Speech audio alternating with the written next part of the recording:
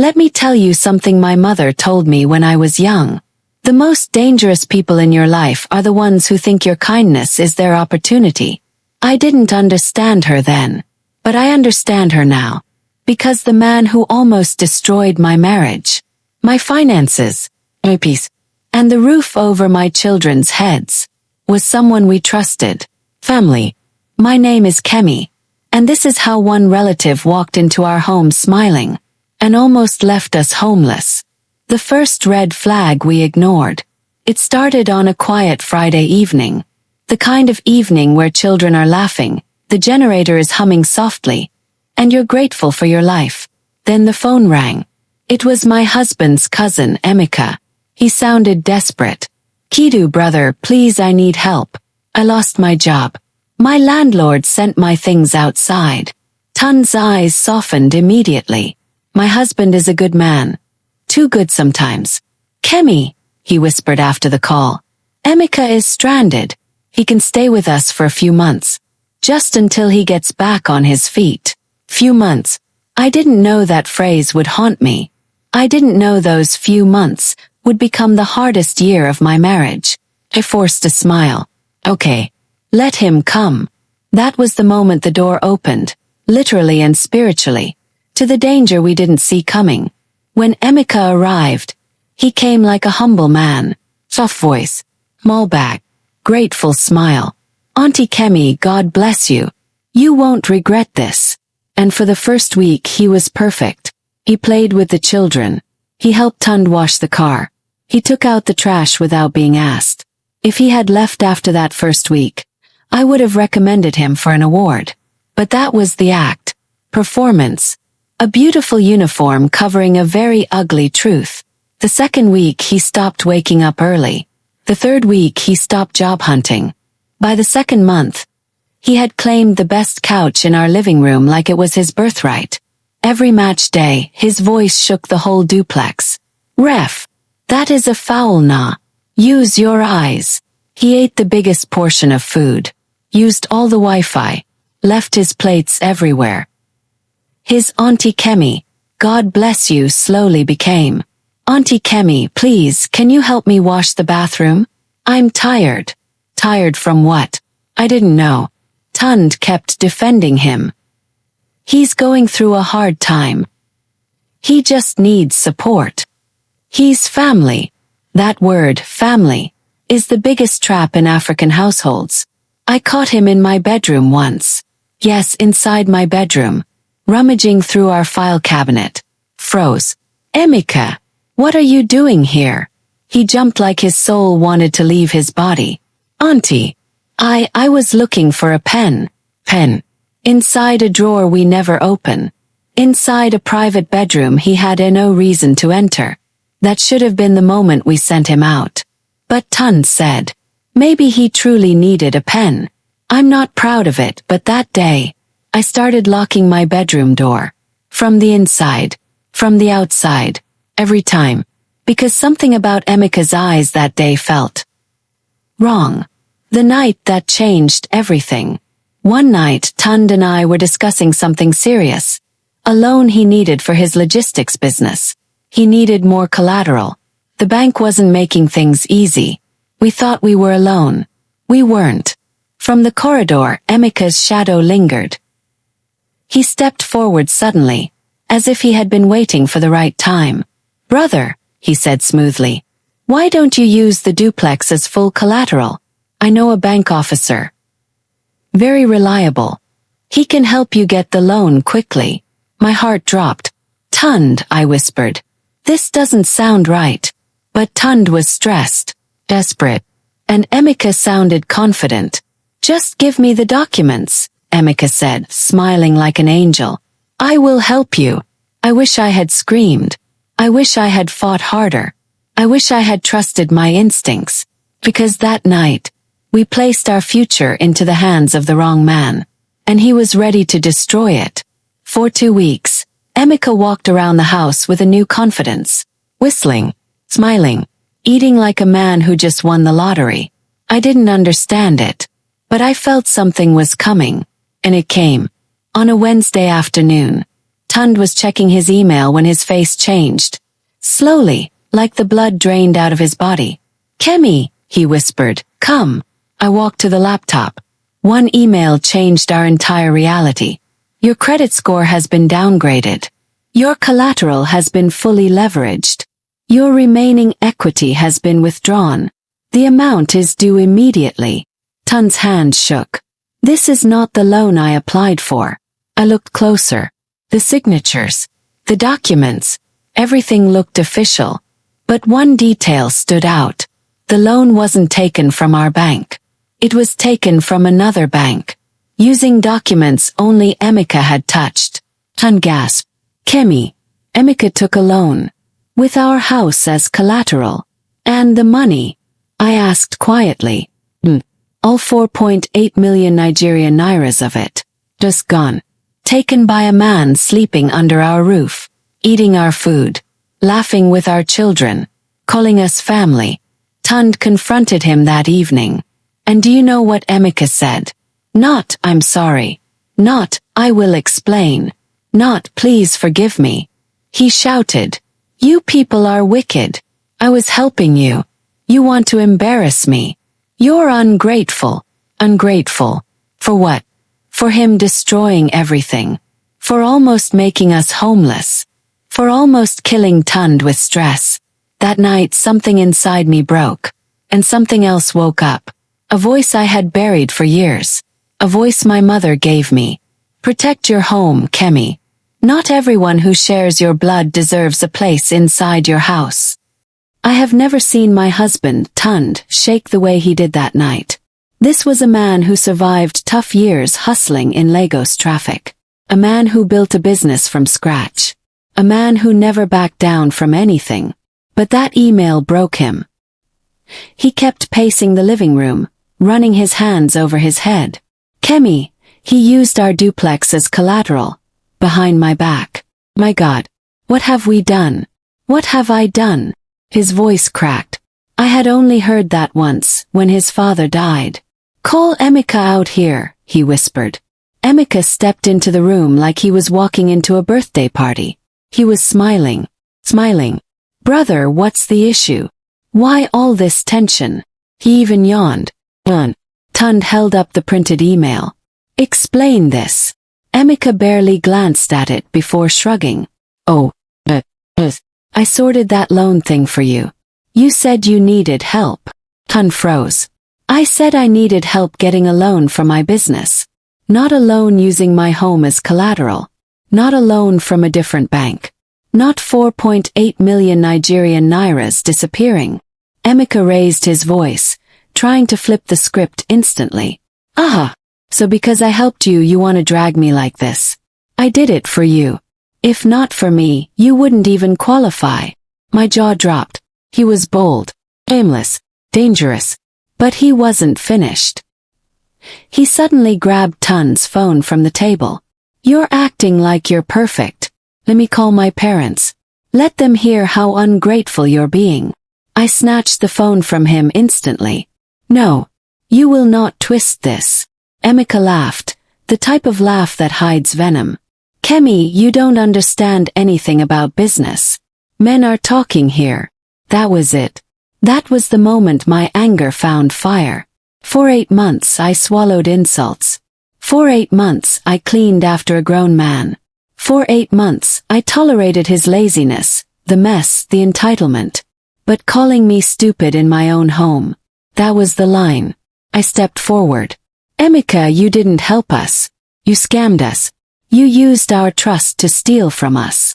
His eyes darkened. Not guilt, irritation. "You people are dramatic. I'll pay it back." "When?" He waved his hand. "Sometime next year." Next year. A loan with daily interest. A loan we didn't take. A loan attached to our house. I felt my chest tighten. "No," Tunde said quietly. "You're leaving this house tomorrow morning." Emeka laughed in his face. "Are you mad? I'm not going anywhere. Where will I go?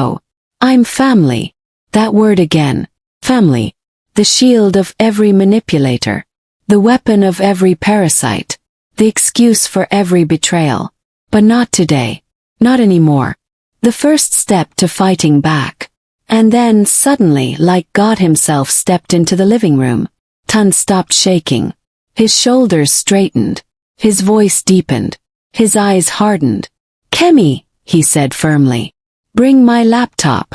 I brought it. "Bring your phone too." I brought that too. "Sit," he told Emeka. And somehow, shockingly, Emeka sat. Not because he respected Tunde, but because he realized something serious was happening. Tunde opened a folder on the laptop. A folder I didn't know existed. Inside were months of screenshots, WhatsApp chats, missed calls, messages from the bank, applications, questions, voice notes, even audio recordings, all related to the things Emeka had been helping him with. Tunde had been documenting him, protecting himself in silence. "Kemi," he said, "hit record." I turned on the voice recorder. Emeka's eyes widened. "Ah, what is this? Why are you recording me?" Tunde didn't raise his voice. "Because from today, everything concerning you will be documented." Emeka stood up, panicking. "You people want to set me up." "No," I said. "We want the truth." Tunde opened a PDF file, the fraudulent loan document. He pointed at the signature. "This is not my full signature. This is not the agreement I signed. Who submitted this?" Emeka rubbed his forehead. "I begged that man to help you, so I did what I had to do." "What you had to do?" Tunde asked calmly. "What exactly did you do?" Emeka snapped. "Okay. I signed some papers. I told the officer you approved everything. I needed money too. What is the big deal?" Silence. Dead silence. I felt something cold rush through my entire body. He confessed. He confessed on the recording. He confessed willingly. This wasn't a misunderstanding. This wasn't an accident. This was intentional fraud. I sat down on the couch Emeka had claimed for months, and I stared at him.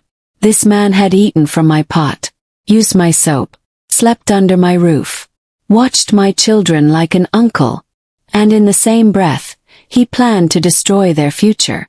I whispered, "Why, Emeka? Why would you do this to us?" He looked straight into my eyes.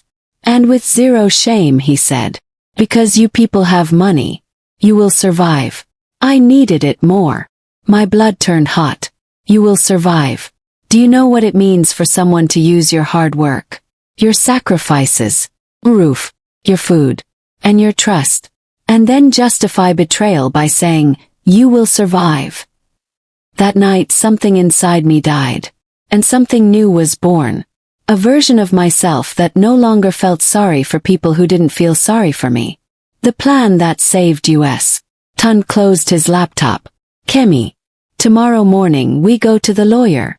Emeka scoffed. "You want to disgrace me." "I will not." Tunde raised his hand, and Emeka went silent. "We are done helping you. From this moment, your actions have consequences." Emeka's voice broke. "So you're really choosing money over family?" Tunde looked at him without blinking. "No, Emeka. I'm choosing my wife. I'm choosing my children. I'm choosing the peace I worked hard for." And for the first time since Emeka moved in, I saw my husband protect us with his full chest. It was the beginning of the war. But it was also the beginning of our victory.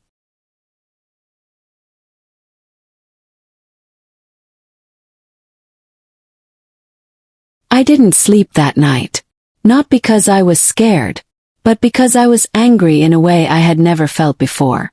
Tunde barely slept either. He kept getting up, pacing the room, checking the documents again and again like he was trying to convince himself this was real. At 6 a.m., I heard movement in the kitchen. Mika. He was making indomie. Singing.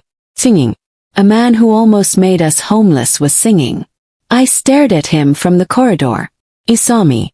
He froze for half a second, then continued eating like nothing happened. That was when I realized something. Some people don't feel guilt. Some people only feel consequences. By 9 a.m., Tunde and I were sitting in our lawyer's office, across from a woman who didn't waste time with small talk. Her name was Mrs. Adesanya. Sharp glasses, sharper mind. We explained everything. Everything. I watched her face carefully. She didn't look surprised. She looked angry. Not at us. At the audacity of what Emeka had done. When we finished, she leaned forward. Kemi. Tunde, this was not a mistake. This was not help. This was deliberate fraud. Tunde rubbed his forehead. But can we fix it? Can we protect the house? She nodded slowly. Yes, but you have to act immediately.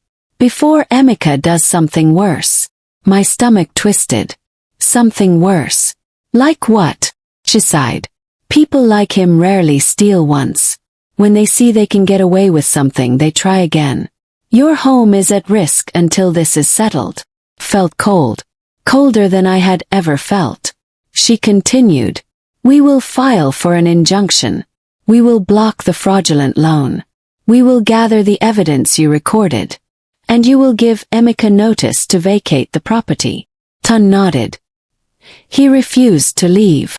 She smiled, the type of smile only a lawyer can smile. He will leave. Because if he doesn't, he will be removed. I exhaled shakily.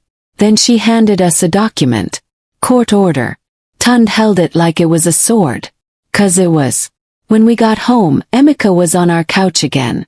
Feet up. Watching TV. Laughing loudly at a comedy skit on YouTube. The moment we walked in, his laughter faded. Tunde didn't sit. He didn't blink. He didn't waste 1 second. He dropped the court envelope on the table. Emeka, he said calmly, you have 48 hours to leave. Emeka blinked fast. What is this? A joke? No, Tunde said. This is an order from the court. Emeka snatched the envelope, opened it, scanned it. And his face changed instantly. Gone was the confidence. Gone was the entitlement. Gone was the arrogance. His voice started shaking. Tunde, please brother, don't do this. Don't disgrace me. Tunde didn't move. You disgraced yourself the moment you decided to destroy my home. Emeka grabbed his head with both hands. Kemi, please talk to him. I said I'm sorry. I stepped forward. Emeka, you're sorry because you got caught. Not because you betrayed us. He swallowed hard. You people are heartless. What will I tell my family? What will I tell your parents? Tunde looked him dead in the eyes. You will tell them the truth. Emeka's voice cracked. You want to ruin me. Tunde raised a finger. You almost ruined us. Silence. Dead, heavy, painful silence. Emeka suddenly started packing his things. Loudly, angrily, throwing clothes everywhere like a child. He called his mother. He called his father. He called Tunde's uncle. He called anybody who would listen. Every call was the same. They want to throw me out. They hate me. They are ungrateful. I didn't do anything. They want to disgrace me. Not once did he say the truth. Each call ended with him screaming, I am not leaving this house. Then he came back into the living room, breathing wildly. You can't chase me out. Tunde folded his arms. The lawyer's words echoed in my head. People like him only understand enforcement. I stepped forward. You're leaving. He pointed at me aggressively. Kemi, you think you're the queen of this house. Tunde stepped between us instantly. Emeka, if you raise your voice at my wife again, I will call the police myself. Emeka froze. That was the first time he saw it. Tunde wasn't begging anymore. Tunde was done. Completely done. Then something happened I didn't expect. Tunde walked into the bedroom, came back out with a folder, and dropped it on the table. Receipts, screenshots, bills, recordings, statements, everything Emeka had touched. Tunde flipped through each one slowly, deliberately. Look at this voice note, he said. You told the loan officer that I approved everything. Flip. Look at this signature. Not mine. Flip. This is the day you entered my bedroom without permission. Flip. Here is the timestamp from the bank showing when they processed the fraudulent loan. Flip. Every page was a nail sealing Emeka's coffin. His breathing got louder. You documented everything. Tunde, you're wicked. Wicked. Tunde didn't raise his voice. He hit the final blow like a judge delivering a sentence. I documented you because you were too dangerous to trust. Now get out of my house. Emeka dropped to his knees. Literally. Kemi, please don't let him do this. I made mistakes, but I'm family. I stepped back. No, you're not family. Family doesn't destroy you. Family doesn't plan your downfall. Family doesn't smile in your face while stealing from you. He cried harder. Real tears. But guilt didn't fill the room. Only consequences. For the rest of the day, Emeka begged. He tried apologies. He tried insults. He tried threats. He tried emotional blackmail. He tried pity. He tried anger. Nothing worked. Because something in our house had shifted. We were no longer scared. We were no longer confused. We were no longer guilty for wanting peace. We were awakened. And once you awaken from manipulation, the manipulator loses power. Completely. By night, Emeka had packed all his bags. The big ones. The small ones. The borrowed ones. But he didn't leave. Not yet. He slept in the living room floor, crying, praying, whispering, pacing. Because he finally understood. His time in our home was over. And the consequences had only just begun. The next morning I woke up before sunrise. Not because of fear, but because the house felt lighter. The same house that had felt suffocating for 8 long months. Felt like it could finally breathe. Made tea. Sat in the kitchen. Listened to the silence. Then I heard footsteps. Heavy. Low. Bragging. Mika. He walked in with red eyes, swollen from a night of crying. He didn't greet me. He didn't sit. He didn't even look directly at me. He just stood there, breathing loudly, chest rising and falling. Kemi, where is Tunde? Inside, I said calmly. He nodded. Okay.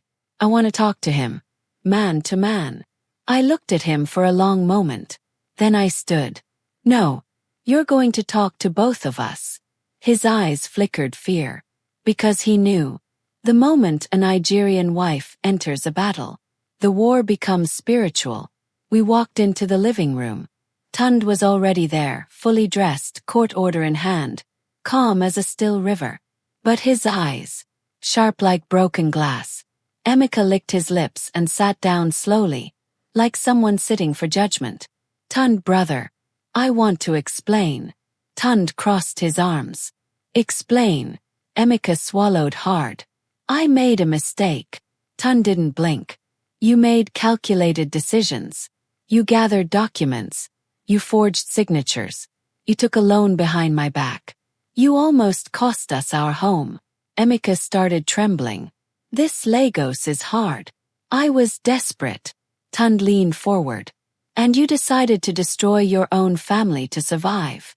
Do you hear yourself, Emeka? Emeka's voice cracked. You two have everything. I thought you'd understand. Tunde stood up so slowly it was terrifying. Let me educate you today, he said quietly. We have nothing because life gave it to us. We have what we have because we worked hard. Because we saved. Because we sacrificed. Because we fought for everything under this roof. You felt entitled to destroy it in one night. Emeka burst into tears. I'm sorry. Swear. I swear on my life I'm sorry. Finally spoke. Emeka. Do you know what would have happened if we hadn't discovered this loan? Do you know what would have happened to our children? To this home? To our future? He sniffed loudly. I thought I could pay it back before anyone noticed. Tunde laughed. Not a happy laugh. Tired, painful, wounded laugh. You don't even have transport money to go to Victoria Island. How were you going to pay back 4.8 million Nigerian nairas? Emeka put his head in his hands. I didn't think it through. I whispered. You thought through everything except the consequences. He looked up sharply. The truth hit him like a slap. Then it began. All the calls. His mother. His father. Tun's uncle, Tun's auntie, the people who never helped us a single day suddenly wanted to negotiate. Kemi, why are you doing this to Emeka? He's your brother. You people want to disgrace our family. Is it not just money? You people should forgive. Blood is thicker than water. But Tunde responded to all of them with one sentence. Blood is not thicker than peace. Every call made Emeka more desperate. Mummy said you should not disgrace me. Tunde, I beg you, let's settle. Don't involve police. But the more he begged, the clearer it became. He was not sorry. He was afraid. Afraid of consequences. Afraid of exposure. Afraid of losing the comfort he didn't earn. His apologies were not repentance. They were survival tactics. At some point, Emeka followed me into the hallway. Kemi, please. You're a woman, talk to your husband. I stopped walking. Emeka, don't ever say that again. He blinked fast. What? I stepped closer. You think I'm the weak link. You think Tunde is strong and I am soft. You think you can use me to escape consequences. His face paled. Kemi, that's not what I am the one who told him to protect this home. I am the one who saw through your lies. I am the one who said enough. He stepped back like I slapped him. Because he realized. He didn't just lose Tunde. He lost me. The woman who kept feeding him. Cleaning after him. Tolerating him. The woman who used to see him as family. Not anymore. Around noon the doorbell rang. It was a court enforcement officer. A stern-looking man in uniform. He held the official document and walked past Emeka like he didn't exist. Are you Mr. Emeka Okonkwo? Emeka's voice cracked. Yes. This is an official notice. You have 48 hours to vacate these premises. Any attempt to refuse will result in forced removal by law enforcement. Emeka collapsed into a chair. His hands shook. His voice disappeared. Reality finally caught him. There was no escape. No manipulation. No tears that could save him. No family speech. He was facing the consequences of his own actions. When the officer left, Emeka looked at Tunde and whispered, Tunde, I have nowhere to go. Tunde didn't blink. That is not my responsibility anymore. Emeka turned to me. Kemi, please. I'm begging you. I shook my head. No, not again. Not this time. He grabbed the edge of the table, sobbing uncontrollably, like the whole world was ending. But I felt nothing. No pity. No guilt. No weakness. Just relief. Relief that the truth had finally exploded. Relief that the house would finally be ours again. Relief that peace was returning. Emeka had destroyed every bridge. We were simply letting him drown in the water he poured. For the next 2 hours, Emeka packed. Silently, slowly, hesitantly. Each item he put into his bag was a reminder. He had abused the wrong people.